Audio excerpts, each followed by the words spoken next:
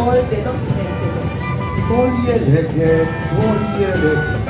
ngunit at basa, ngunit at basa.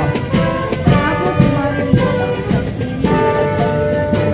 Inukulat ni San Agustin ang Biblia at ang kanyang unang nasilayan ay ang sulat ni Apostol San Pablo sa mga taga-Roma na nagpapahayag ng pagpapanibagong buhay at pagbabalik loob dahil sa Ebanghelyo na siyang naging hudyat ng pagbabalik loob ni San Agustin. Tangan ni San Pablo ang isang espada na sumasagisag sa kanyang pagkamartir sa pamamagitan ng pagbugod sa kanyang ulo at libro na kumakatawan sa kanyang mga sulat sa mga unang pamayanan ng Kristiyanong Hentil.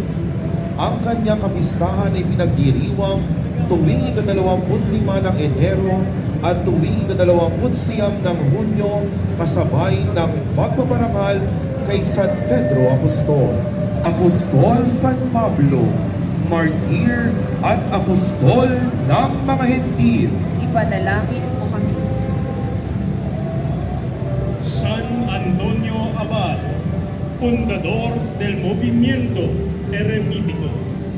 Si San